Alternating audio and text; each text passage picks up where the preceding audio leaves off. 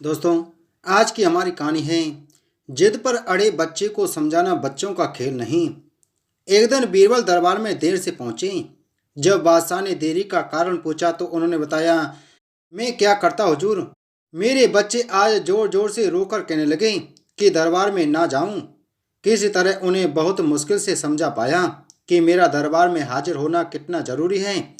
इसी में मुझे काफ़ी समय लग गया और इसलिए मुझे आने में देर हो गई। बादशाह को लगा कि बीरबल बहानेबाजी कर रहे हैं। बीरबल के इस उत्तर से बादशाह को तसल्ली नहीं हुई। वे बोले, मैं तुमसे सहमत नहीं हूँ। किसी भी बच्चे को समझाना इतना मुश्किल नहीं जितना तुमने बताया। इसमें इतनी देर तो लग ही नहीं सकती।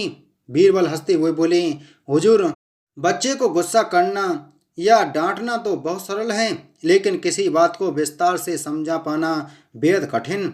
बादशाह अकबर बोले, मूर्खों जैसी बात मत करो। मेरे पास कोई भी बच्चा लेकर आओ, मैं तुम्हें दिखाता हूँ कि कितना आसान है यह काम। ठीक है जापना। बीरबल बोले, मैं खुद ही बच्चा बन जाता हूँ और वैसा ही व्यवहार करता हूँ। तब आप एक पिता की भांति मुझे संतुष्ट करके दिखाएं। फिर बीरबल ने छोटे बच्चे की तरह बर्ताव करना शुरू कर दिया। उन्होंने तरह तरह के मुंह बनाकर बादशाह अकबर को चिढ़ाया और किसी छोटे बच्चे की तरह दरबार में यहाँ वहाँ उछलने कूदने लगे। उन्होंने अपनी पगड़ी जमीन पर फेंक दी।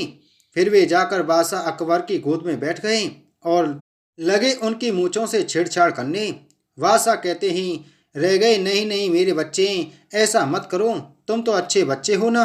सुनकर बीरबल ने जोर जोर से चिल्लाना शुरू कर दिया। तब बादशाह अकबर ने कुछ मिठाइयाँ लाने का आदेश दिया, लेकिन बीरबल जोर जोर से चिल्लाते ही रहे। अब बादशाह परेशान हो गए, लेकिन उन्होंने धैर्य बनाए रखा। वह बोले, बेटा, खिलौनों से खेलोगे? देखो कितने सुंदर खिलौने हैं। बीरबल रोता हुआ बोला, नहीं, मैं तो गन्ना खाऊंगा। बादशाह अकबर मुस्कुराए और गन्ना लाने का आदेश दिया। थोड़ी ही देर में एक सैनिक कुछ गन्ने लेकर आ गया, लेकिन बीरबल का रोना नहीं थमा। वे बोले, मुझे बड़ा गन्ना नहीं चाहिए, छोटे छोटे टुकड़े में कटा गन्ना दो। बादशाह अकबर ने एक सैनिक को बुलाकर कहा कि वह एक गन्ने के छोटे छोटे टुकड़े कर दे।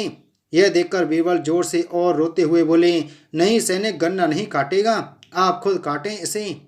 अब बादशाह का मिजाज बिगड़ गया, लेकिन उनके पास गन्ना काटने के अलावा और कोई चारा न था। और करते भी क्या, खुद अपने ही बिछाए जाल में फंस गए थे। वह गन्ने के टुकड़े करने के बाद उन्हें बीरबल के सामने रखते हुए बोले, अकबर, लो ऐसे खा लो बेटा।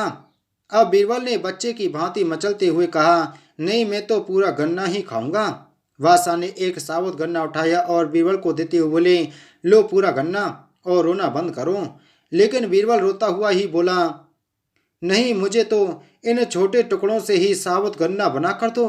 कैसी अजब बात करते हो तुम, यह भला कैसे संभव है? बादशाह के स्वर में क्रोध भरा था, लेकिन बीरबल रोते ही रहे। बादशाह का धैर्य जवाब दे गया।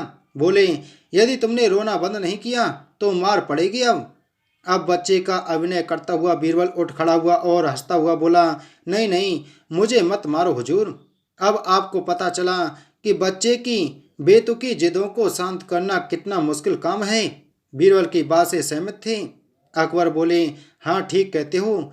रोते चिल्लाते जिद पर अड़े बच्चे को समझाना बच्चों का खेल नहीं।